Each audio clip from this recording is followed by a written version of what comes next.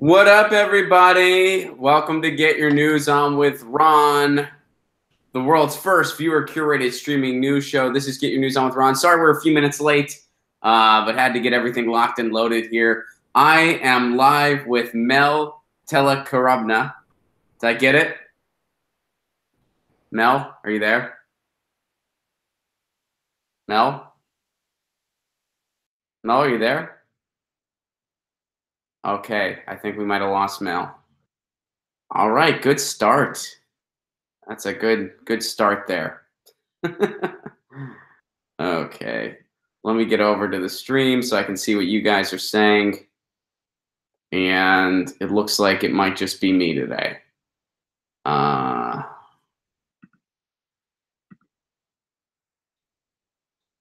What up, Edwin? Hello. Ed Schultz died? Is that for real? Okay. Yeah, so we did have guests, but we don't anymore. So sorry about that. I don't know where Mel went. Mel, are you there? Yeah. Okay. Are you hearing me? Yes, I am. Okay, great. Well, so we're over 30 people here, Mel. And the way it works here at Get Your News On with Ron is that once we hit 30 people or more, that's when the show officially begins. Sorry we lost you there. But guys, welcome to Get Your News On with Ron. Our guest is back, and our guest is Mel Telekarabna. Did I get it, Mel? Did I say your last name right? Yes, you did. Yeah. All right. So Mel is an activist, and he is like the Beatles of LA activism. And I'm sure he's gonna not want me to say that because he's a very humble guy, but he is just doing amazing work. And when you see him, it makes you feel lazy. The amount of activism he does and the amount of help he has given the LA community, it is truly amazing. So I'm really excited to have him on the show today. And he is one of the moving forces behind the She Does movement, which is a movement to combat homelessness here in LA. And Mel, to start out, could you kind of unpack that movement for the viewers? Yeah, so what the She Does movement is basically right now the county of LA has officially anywhere from over 30,000 women on our streets, and unofficially probably above 50,000 women. And what the She Does movement is one, to bring awareness to the fact that there are that many women on our streets, and second, to bring awareness to the fact that these women are continuously exposed to sex assault and rape. And what we've done in the last 5 months is we pressured the city of LA to actually start opening more shelters. And these shelters are called bridge housing because they're geared more not just towards sheltering people, but towards transitioning them back on their own feet or into housing. But what we've done is we've started this movement where they're actually on goal to set up around 7 new shelters specifically for women in the next 8 months. Mm-hmm. So how did this all get started? So I've been serving on Skid Row for 7 years. I was basically running an organization called Monday Night Mission. And we went to Skid Row 5 nights a week. And in the last 2 years, we saw this huge increase of people on the streets. But with this huge increase, what we saw was a disproportionate increase in women on the streets. And with that many women on the streets, we saw a huge increase in sex assault. One of the crazy statistics that a lot of people don't know is 90% of the women on Skid Row are either victims of domestic violence and or sex assault. 90%. And when we saw that, and when we saw the women's movement, the Me Too movement start to rise, we thought about how we could get some of that attention over to the women who are homeless and try to see how we could go about getting these women inside and protected. So that's how it started.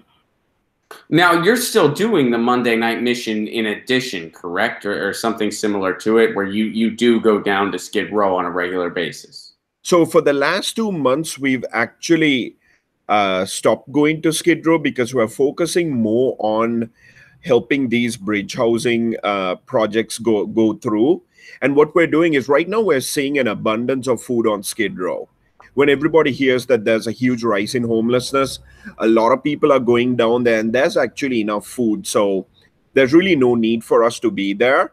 So what we're doing is we're setting up outreach around where the new shelters are going in. So one, the people who are in the areas where the new shelters are coming in know that there's going to be new opportunities. Secondly, we're also trying to create outreach and create a connect with the community so that we can get them to take care of the people who are going to move into these shelters. A lot of people are kind of, you still don't hear homelessness being talked about by virtually any politician. And I'm sure there's exceptions out there, but you don't hear it talked about on a large scale. You hear it being talked about minimally on the local level. I mean, stuff like rent control is a dirty word to a lot of politicians locally here in Los Angeles. Meanwhile, it is on the rise more so than ever before. There are tent cities in every neighborhood in Los Angeles. It's not just Skid Row, it's everywhere. Why do you think that is? Well, why do you think people aren't confronting this crisis more head on? To be honest with you, Ron, homelessness is something that has always been overlooked. It's something that people always find ways to ignore. People will come up with excuses. I mean, still to this day, we hear the excuse, oh, they choose to be homeless. Even when we know that there's a perfect correlation between a lack of affordable housing and the numbers of people who are becoming homeless. And also, it's sad because most politicians know that, homeless people are not the people who go out and vote. So they tend to ignore that fact. And now there's more focus given on affordable housing because affordable housing is something that's really, really getting unaffordable and people are getting angry. So they're looking more to address than that to, address the symptom of not having affordable housing, which is homelessness. Mm-hmm. Yeah, and 44%, someone actually pointed it out in the chat too, 44% of homeless people have jobs. So, it's not like, they choose this. They don't want, no, we have a disease going on where there is not affordable housing available, where, we are seeing a gap between the rich and the poor that is remnant of ancient Egypt. And as a result, we have so much homelessness. So what would you suggest? I mean, obviously people can get involved with She Does, and we're going to plug all those links to everybody. But what are some other things that people can do just kind of right in their backyard? I think people need to start going back to their neighborhood councils because a lot of people don't understand there's a lot of power within these neighborhood councils because they're the ones who actually see all the new developments going and they're the ones who can say yes or no to new developments. So if they see a development going in and there's not 20% of affordable housing in that development, and they're building it on top of a facility that already has affordable housing, we need the neighborhood council to say no. So one of the biggest things people can do is go to their neighborhood councils.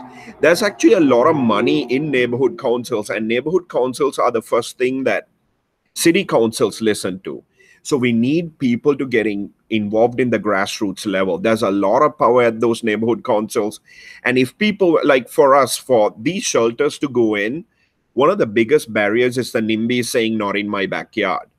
But if there were more people who were supportive towards housing and shelters in neighborhood councils, it would make it much more easier for us to pass through bridge housing, pass through supportive housing, and make sure that our rent-controlled buildings are not getting destroyed. So Pryby points out gentrification is the neoliberal version of redistricting. That's clever. I like that, and thank you very much for the super chat contribution. Mel, I want to ask you about you for a little bit. What got you involved with all this? What made you decide to become an activist? Let's get a little bit of your backstory to know the man behind the avatar on Google Hangout. Well, I apologize for the camera not working. Oh, no worries, man. It's all good. We can hear you loud and clear, so that's what's most important. I was born and raised in Sri Lanka, and Sri Lanka is a country that the U.S. considers poor. but we don't see homelessness. I mean, maybe one or two people, but it is nothing compared to what it is here. And while I was in LA, I always lived on the west side. And when you live on the west side, like, the Mid Wilshire area, you're always kind of hidden from everything. So one day after I started working in downtown, I drove through downtown at night and I drove through Skid Row by mistake. And I literally was in so much shock. I had to ask people if they were homeless because I mean, I still can't fathom how the 20th biggest economy, LA County, has the second worst homeless problem in the US. Mm-hmm. Were people nice to you when you approached them? Like what was that? Describe that event. You're just a guy from a different country, and how did you wind up in LA? It was well, I came here for school, ended up staying. Okay. But it was 2 a.m. I was coming home after a party and I was just in shock. And to this day, I tell people, I literally asked people if they were homeless because I couldn't like really fathom it. Not a lot of people were up. They were pretty nice. I went into a McDonald's that was a couple of miles away, brought 10 sandwiches. And then all of a sudden, like, someone screamed McDonald's, and next thing you know, 50, 60 people mobbed me. Like, everybody's like, hey, we need sandwiches. So that was like a little bit nerve-wracking, to be honest. One, being in shock. Second, being surrounded by people who were like super hungry. Mm-hmm. But that also opened my eyes because after the sandwiches ran out and everybody's just waiting around, one of the older guys was like, what about the rest of them? And that really struck me. Right. I mean, yeah, you can only buy so many. I mean, especially if you were a college student at the time. So yeah, that's got to be really heavy. I mean, one of the things that I plan on doing shortly, there's a large homeless community where I live in Pasadena, and a lot of them stay on this one church right on Colorado Boulevard. That's where there's a large tent community right there in the evenings, and I'll walk past it on my way to my gym, or just if I'm ever in the area. And, one of the things I plan on doing, especially as it's, I mean, it's summer right now, but you know how California, we always get cold at night, and eventually it's going to get colder at night. I have a bunch of winter clothes at my parents' house because my family's from Pennsylvania, and there's a bunch of winter clothes from when I was a kid that I know just kind of collects dust that nobody uses anymore. So either I'm going to ask them to ship it to me, or when I go home to visit for the Thanksgiving holiday, I'm going to just bring it back with me and just kind of get it in a big box and just kind of set it in the middle of there one of these days, just for people to get some warm clothes if they need it. I mean, it's something very small, but it's at least something I thought that I should do that. So take this opportunity to kind of just plug all of, the She Does movement. Where can people go to learn more? What can people do to get directly involved with those movements? So thank you. So quick thing, I actually run what's called the Shower of Hope, and we're in South Pasadena on Wednesdays. So that's theshowerofhope.org. If people want to help, we have a couple of mobile trailers. We're getting a laundry truck, and we offer free showers. As far as the She Does movement, shedoesmovement.org. What we want to do is we want to bring awareness as well as humanize the people on our streets. We want to put a face to the people. It's not a homeless person. It's a working mom. It's a working dad. It's a kid going to college who's paying for his textbooks, but he can't afford to pay the rent and he's living out of his car. So we want to bring these stories out, and we want people to come up with us to the marches we do and the events we do. We go to City Hall. We try to pass anything that involves shelters, we go in force and we try to pass it, and we show support. So if anybody wants to get involved, shedoesmovement.org.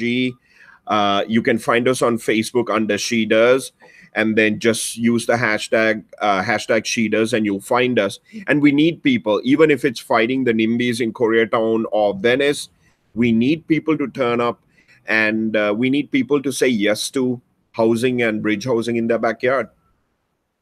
Mel, thanks so much for doing this. So that's shedoesmovement.org for anybody that wants to learn more. And I'm talking today with Mel Telekarabne.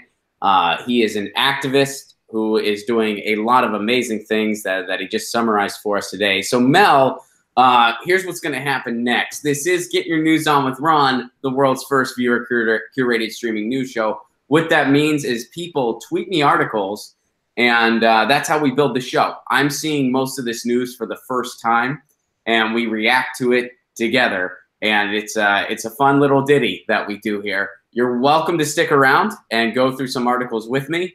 If you got to go, I totally understand, because you do very worthwhile work, sir.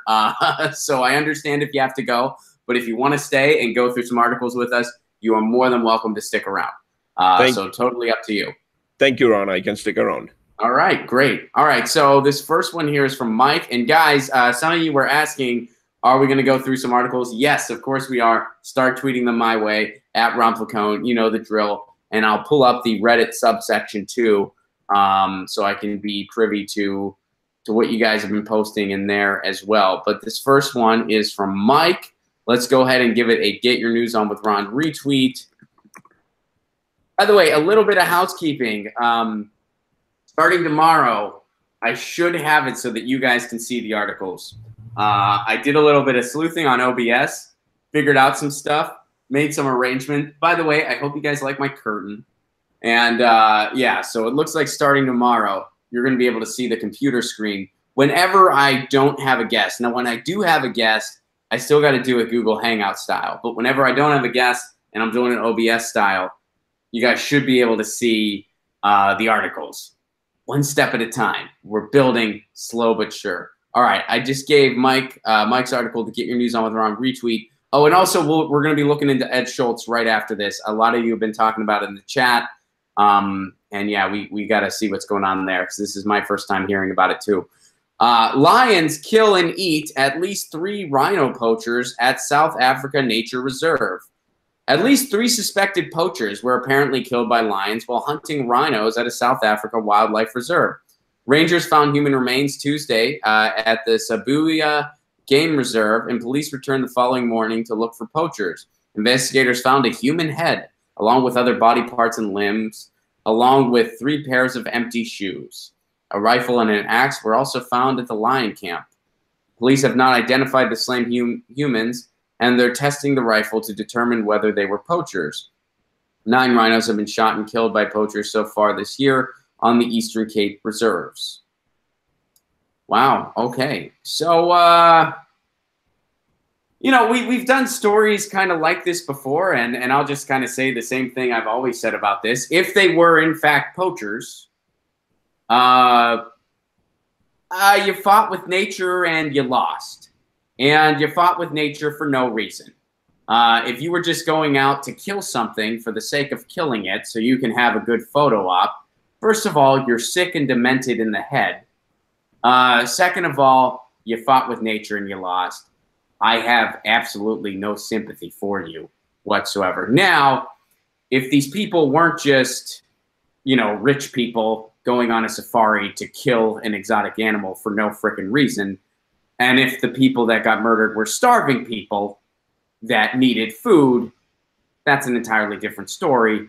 And of course, this is tragic. So because we don't really know who these people were yet, I'm not casting judgment, but, you know, covering the bases. If these were just rich people looking for a photo op, I don't have any sympathy. I'm sorry. If these were starving people, totally different story. And this is very sad. Mel, what are your thoughts? Kind of along the same lines, but they were hunting rhinos, so I'm guessing they were trying to sell these horns for money.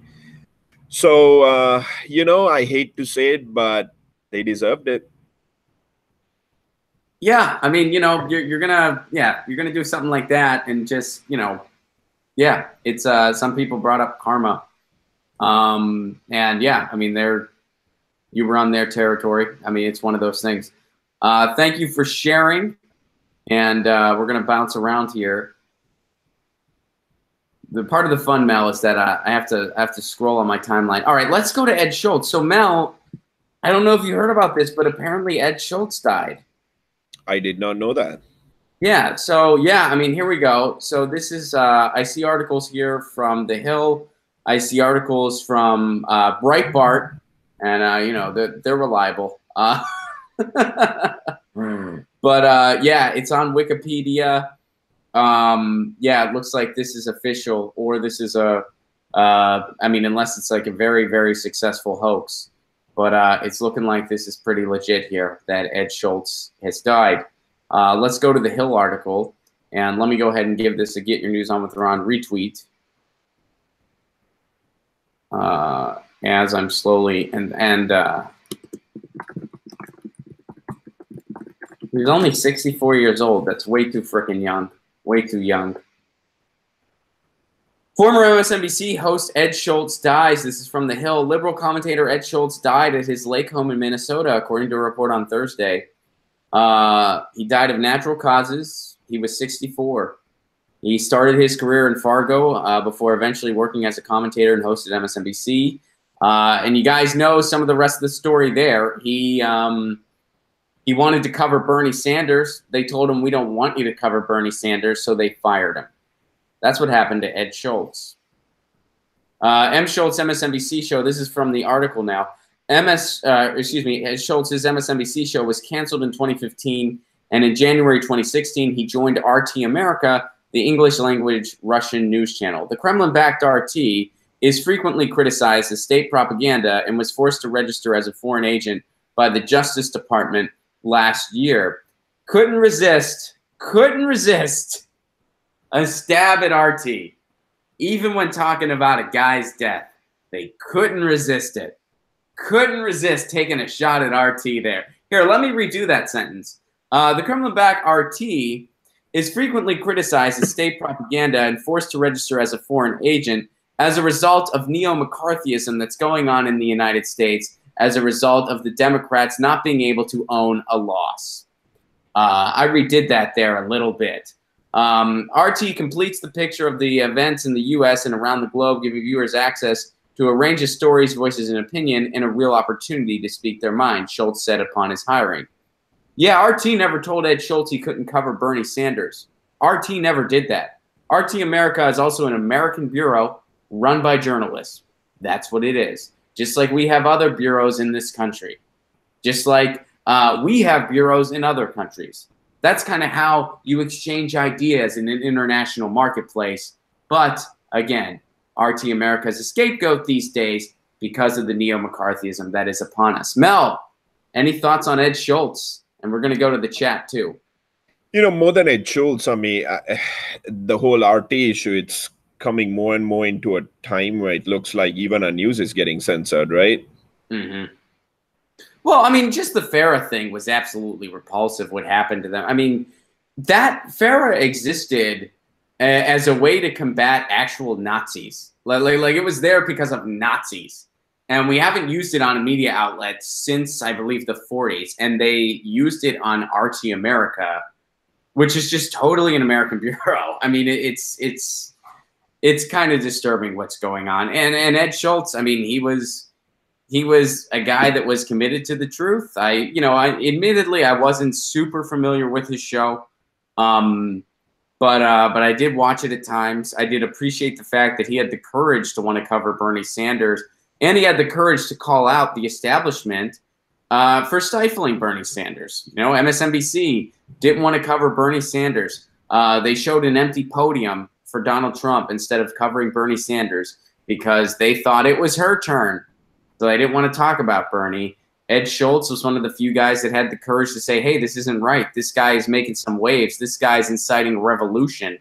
So what did they do to Ed Schultz? They fired him. If you're committed to the truth, if you're committed to the grassroots, you don't last long on MSNBC. You don't last long on CNN. You certainly don't last long on Fox News. The corporate media ousts you because they need to ignore that grassroots, because that grassroots is a threat to their status quo. Mel, I bet as an activist committed to homelessness, I bet MSNBC hounds you daily to appear on their network, don't they? Every day. Every day they hit you up. And CNN, Fox News, they hit you up all the time too. Nothing more pressing to national media than homelessness.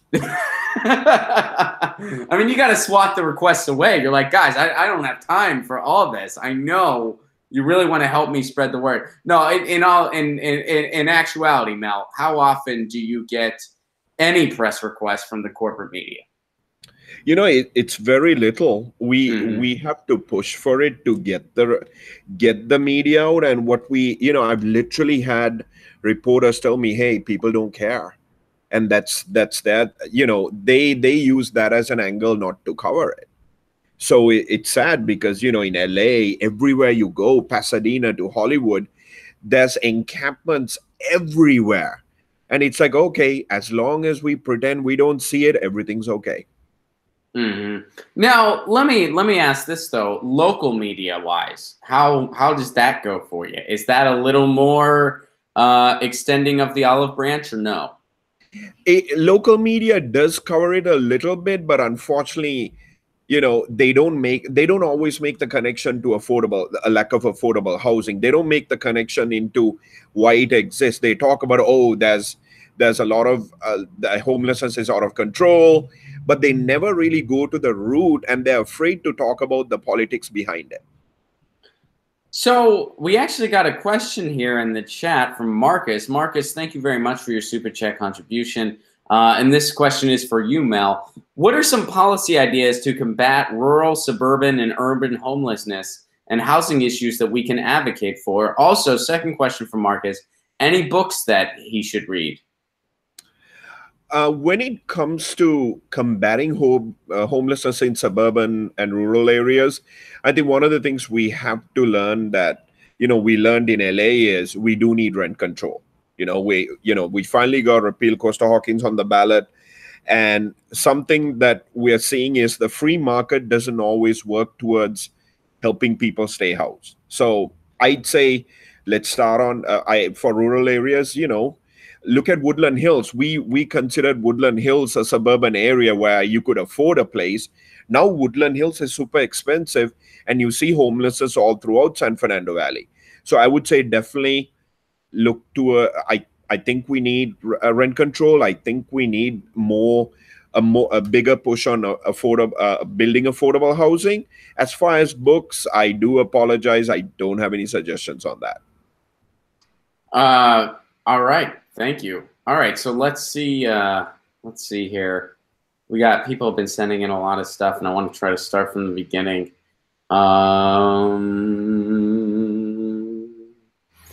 Seawalk, yes, we certainly will. Please feel free to start tweeting some stuff out. And all right, this is from David. So let's give this a Get Your News On with Ron retweet.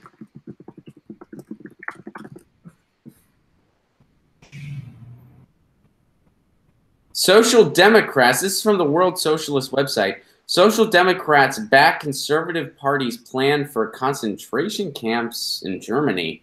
Okay, what's this all about?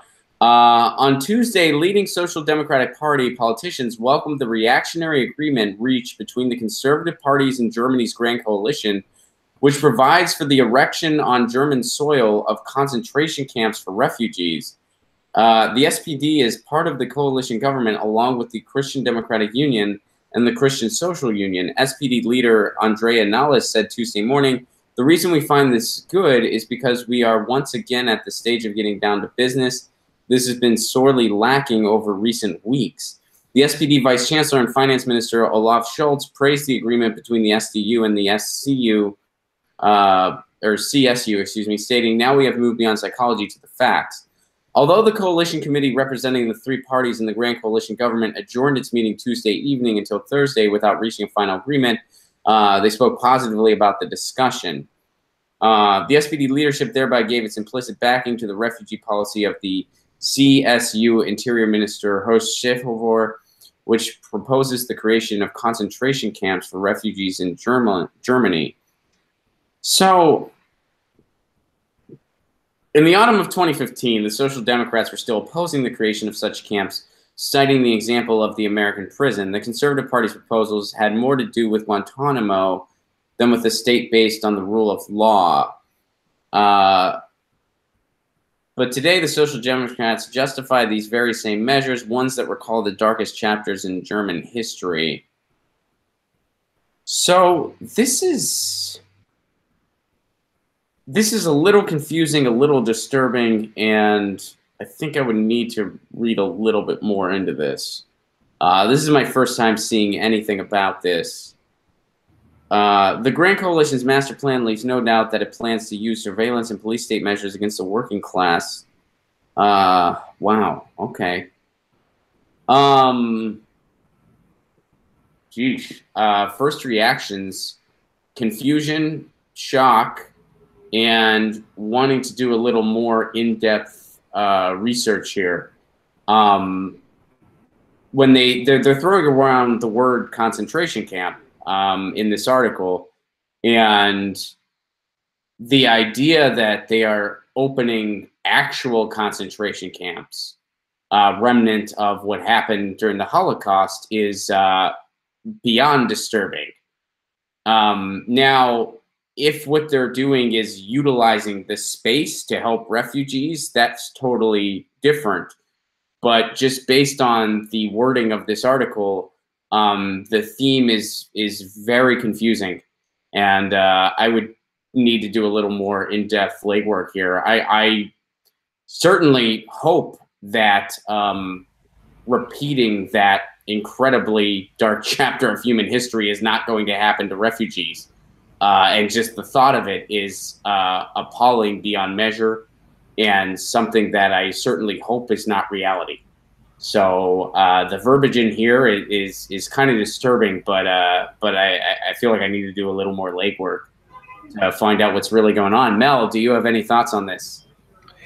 I like you said, I think like yourself, I'm not very up to date on what's going on, but I do see little by little a lot of anger coming up against refugees. I've heard of a lot of people on the ground in, like, you know, people talking about how Europe is changing. So I really hope this is not going, like you said, going back to the dark ages of 65 years ago. Wow. Yeah. So, and there seems to be a lot of groups that are behind this. So, yeah, this is, we'll keep, I think right now I'm still learning more. I certainly hope this is not the worst, but yeah, there's some verbiage in here that is very, very disturbing, to say the very least. And we'll have to kind of keep an eye on things as they unfold. But thank you for sharing. This is something I'm glad I'm now aware of and keeping an eye on. And you know, it's a shame because the other day, and maybe that's part of the reason people wanted to share this. You know, I was talking about how Germany, in many ways, is one of the leaders in kind of in the world right now, as far as setting a good example goes. I think there's a lot of things that Germany's doing that are very good. I of course said that before I was aware of this. So so I hope that there's more to this, so that it is not, you know, evoking the history that we're referencing.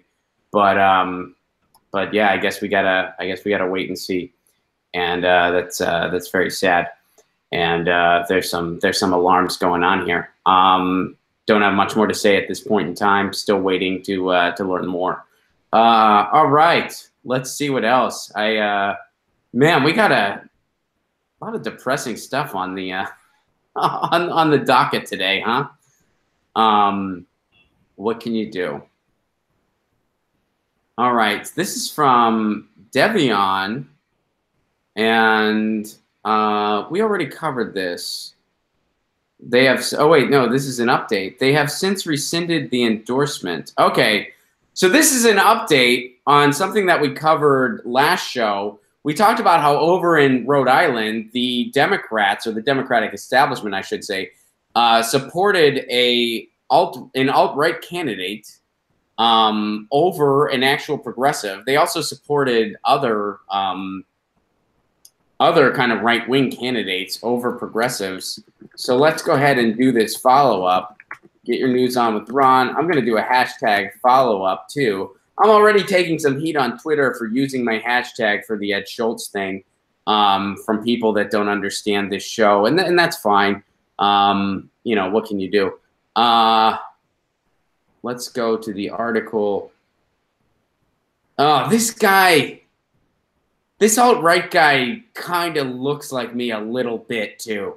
which is not appetizing. Mel, have you seen the alt-right guy that the Rhode Island Democrats are supporting?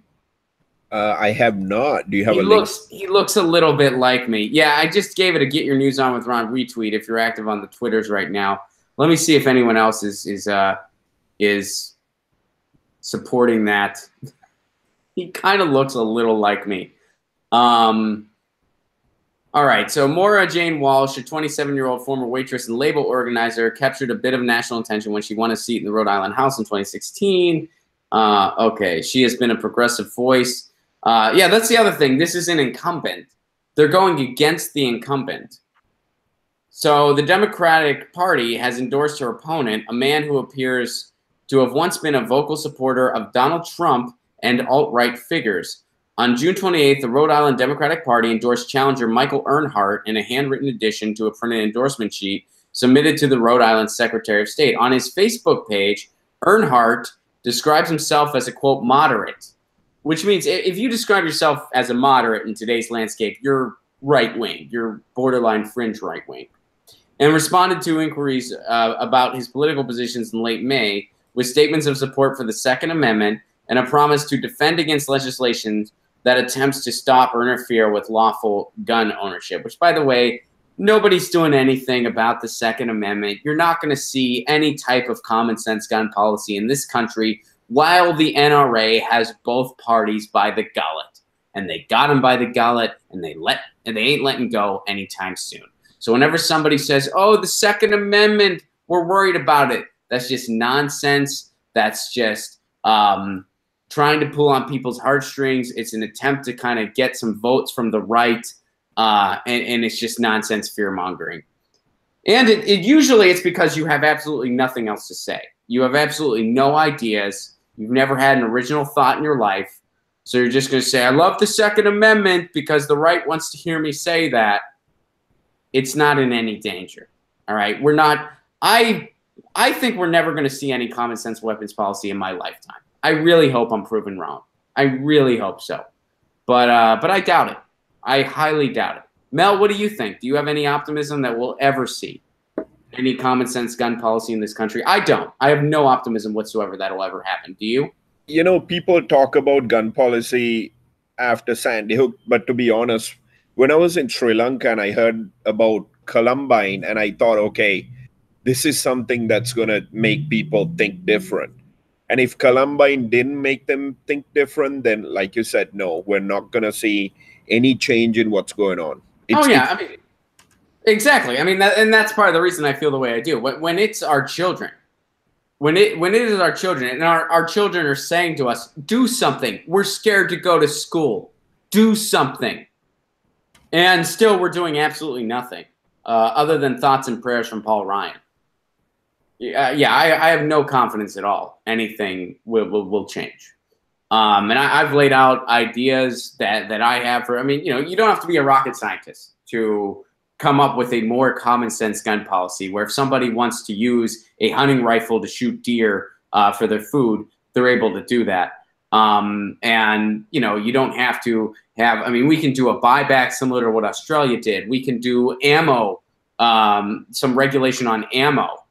Similar to what goes on in Switzerland. We can do proper training. We can treat it like a car where you have to get the license renewed. There's so many things, background checks that are actually worth a salt, references. There's so many things we could do where, you know, people that are responsible gun owners, that it means something to them, they can still get their gun. There's so many things we can do. I mean, that's just tip of the iceberg of things we can do. And, you know, the people, oh, we should just outlaw all guns. Look. I would love to live in a world where we have no guns. I would love to live in that world. But that's just not going to happen in the United States anytime soon. So what I would like to see instead is some common sense policy that would really help the situation. And even that, I think, is being too optimistic. I think I'm being totally reasonable on the issue and realistic, but it's not going to happen. We're not going to see anything. I'd be willing to bet we will not see any common sense gun policy in my lifetime. Other than maybe just a few verbal hiccups.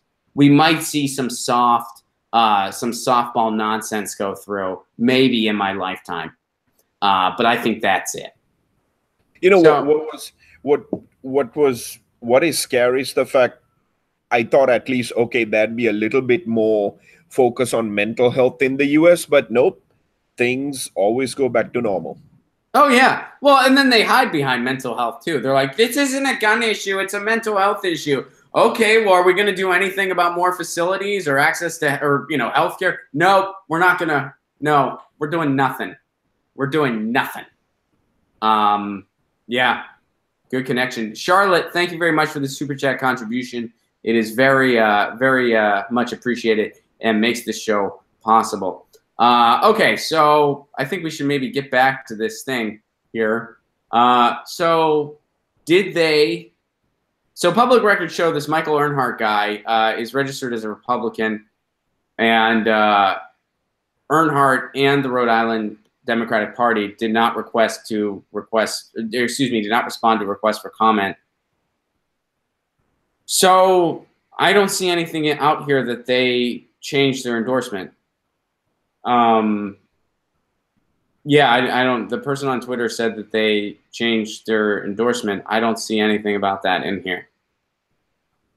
Some angry Democrats have been circulating screenshots from a Twitter user also named Michael Earnhardt, who closely resembles the picture on Michael Earnhardt's Facebook page. It's probably because it's him.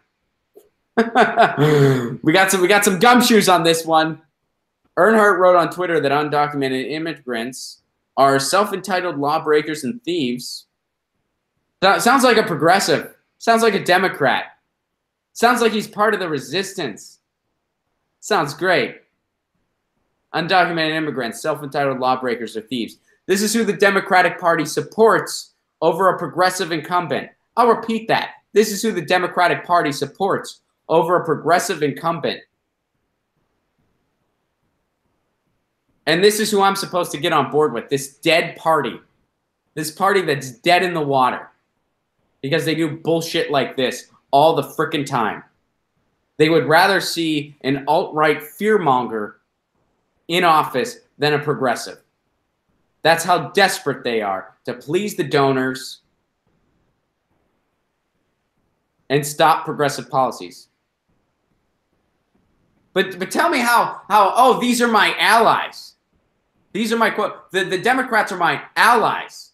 People that support alt-right people like this guy. Those are allies. On what planet? Those ain't my allies. No, thank you. And to the person on Twitter, I don't know what I'm missing here. I don't see anything saying they have changed their endorsement. I don't see anything about that. So I don't think they changed their endorsement.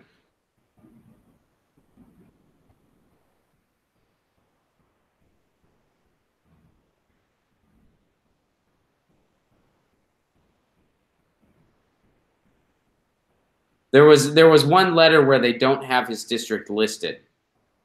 So they don't endorse the other person, they just don't list the district, and someone wrote them in.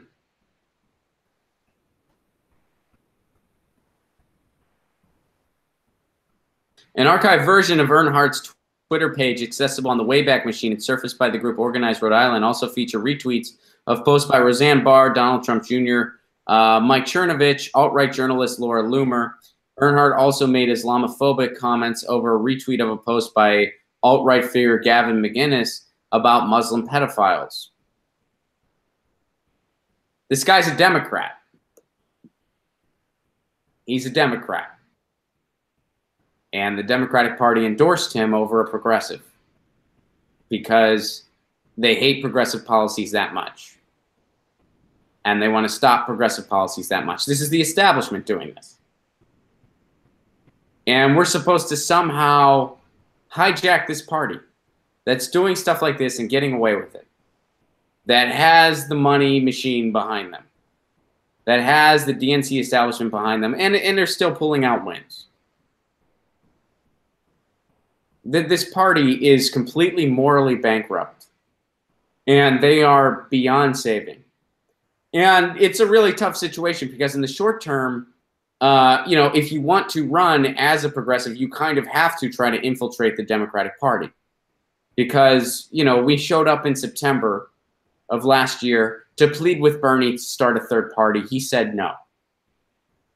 So we're really in between a rock and the hard place. But in the long run, I don't see how them entering could possibly yield long-term positive results compared to just starting a new structure altogether and letting this party die and letting it be absorbed by the Republicans, because the Republicans anyway. When I say we need a third party, I'm not saying it because I think we need a third party. I'm saying it because we need a second one. We have one party. It's a money party. Mel, do you have any thoughts on this? You know, hey, Mel, did I tell you I'm a comedian?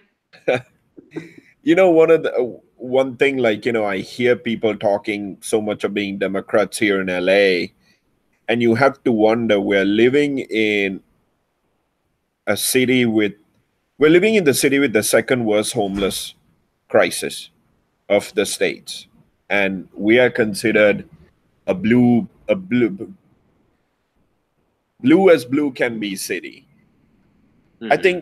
I think what we need to do is, I really believe if people went through from the neighborhood councils, got involved, there is a chance for us to overhaul everything that's happening. If not, I agree with you. It doesn't matter if it's a Republican or a Democrat if you don't have enough money to pay your rent. It doesn't matter. Well, and what you advocate for, and I'm trying to do similar things, and I'm certainly, I mean, you are, I wish I could say I even did a fifth of what you do as far as activism goes. I mean, you are, if every city had a Mel, we would live in a much different country. And I'm not trying to flatter you. That's just objectively true. But, you know, I know that acting locally is totally the way to go, and voting locally. You know, I mean, I always say, you know, you always hear people, well, if you didn't vote, you have no right to complain, which is nonsense. I think that's totally not true. But I think that's also misguided, because they're always referring to presidential elections when they say that. You've never heard anyone be like, hey, you know, we got to fix this country. And the other person goes, well, who did you vote for school board? Because Cindy had it figured out. If you didn't vote for her. But in reality, like, voting locally is when your vote really does count. And when, you know, there's just way less of a chance of corruption or of it being hijacked, that's when your vote really does matter. And acting locally, the same thing. If everybody just did something in their backyard, I mean, one of the things I'm doing to try to do something, I'm really trying to push for municipal internet in my community. I'm dealing with the city council. I'm dealing with the mayor. And I'm trying to get a plan out there to get municipal internet in Pasadena, where I live. If everybody did that in their community and people started succeeding at it, we'd have nationwide municipal broadband, which would end the net neutrality battle once and for all, because it would put the internet in the public's hands, which, by the way, it should have been in the first place. I mean, did you, when you go to these meetings, do you notice how few people turn up? And, you know, city council members, like, they just do whatever they want, and that has to change. That has to change, because they are working on the premise that we can do whatever we want and get away with it. LA City Council member gets paid $194,000 a year. I think that's enough money to say they need to answer to people, not to the developers, to the people. So, I mean, we're a county of 10 million people, and we have 5 county supervisors to oversee 2 million people each. And most of the people in LA County have no idea what a county supervisor is.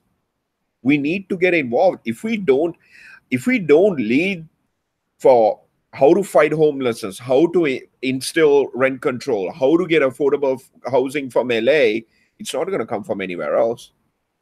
Mm-hmm. So we got a couple questions here, and we'll end with these questions, and then we're going to dismount. Mel, thanks for sticking around, by the way. I really appreciate you doing this. I know your time is very valuable, and I appreciate you rolling with the punches and getting your news on with Ron. Ruben Garcia wants to know, hey, Ron, who were you interviewing today? I'm interviewing Mel the one of the catalysts behind the She Does movement, which is a movement to combat homelessness in Los Angeles. Mel, what's that website again? SheDoesMovement.org. SheDoesMovement.org, SheDoesMovement.org. Learn more about it, especially if you're in the Los Angeles area. See how you can help out. If you're not in the Los Angeles area, check it out anyway and see if something similar is going on in your community, because this is helping homeless women. Mel does a lot of other projects to help homelessness. He's doing incredibly, incredibly important work. So to learn more about that, please start at the She Does Movement website, SheDoesMovement.org. And thank you for asking that, Ruben. I should have brought it all back. Marcus wants to know, do you consider yourself a social dem or a dem socialist? You know, I don't really live in a world of isms or ists, you know, because I think we do live in a very gray world. But to answer that question more specifically, social democrat to me refers to somebody that is saying, well, socially I'm liberal, but fiscally I'm more conservative. Now, whether you meant that or not, Marcus, I'm not sure. But when someone says social democrat to me, that's what I think of. That certainly does not describe me at all. So would I consider myself a social dem? Absolutely not. Based on that definition, absolutely not. And I wouldn't consider myself a Democrat at all. I'm not really part of any party. As far as dem socialist, you know, again, I don't subscribe to isms or ists. I think there's a lot of gray area, but I've always told people when I've been asked this question before, if I had to pick an ist, socialist would be by far the clearest glass. So if you had to put me in an ism or an ist, dem socialist would definitely be the closest, or would definitely be. Now, you know, again, there's gray areas. I don't like to subscribe to any one particular camp. There's ideas and other schools of thoughts that I appreciate and celebrate. But, you know, if I had to pick one glass, yeah, socialism would be that glass if I had to pick one. No, I don't pick one because I don't feel I necessarily need to. Mel, you go ahead and answer that question. Are you a social dem or a dem socialist? To be honest, I don't even know what any of those mean. But I just, fair enough. I just think, like, you know, we got some politicians right now in office that are ruining this city, county, state, and country. I'm, you know, we're stuck with some of these people for 3-4 years. Let's put pressure on them to get what we want. I don't care what name I'm going to fall into, but sure, you know, I want to see things change. That's how I see it. Mm-hmm. Yeah, I mean, I usually identify as progressive simply as a way of, you know, I feel like that's the easiest kind of designation that describes me. But all right, we are totally out of time. Mel, thank you so much for doing this once again. And one last time, the website is SheDoesMovement.org. That is an organization that Mel is a big part of that is helping homeless women in the LA area. He has a lot of other projects helping the homeless in LA. Homelessness is something we do not talk about. It is something the corporate media ignores and the local media usually can't be bothered with. But we have an epidemic going on in this country. 44% of homeless people are working. We have more homeless than ever before in a rich and poor gap that is remnant of ancient Egypt. It's time to start doing something about this. So, Mel, thank you very much for being part of this. Rest in peace, Ed Schultz. That was a very sad discovery on today's show. He was one of the journalists committed to the truth and really wanted to tell a story and had the courage to stand up to the establishment. And sadly, that is a dying breed. So rest in peace, Ed Schultz.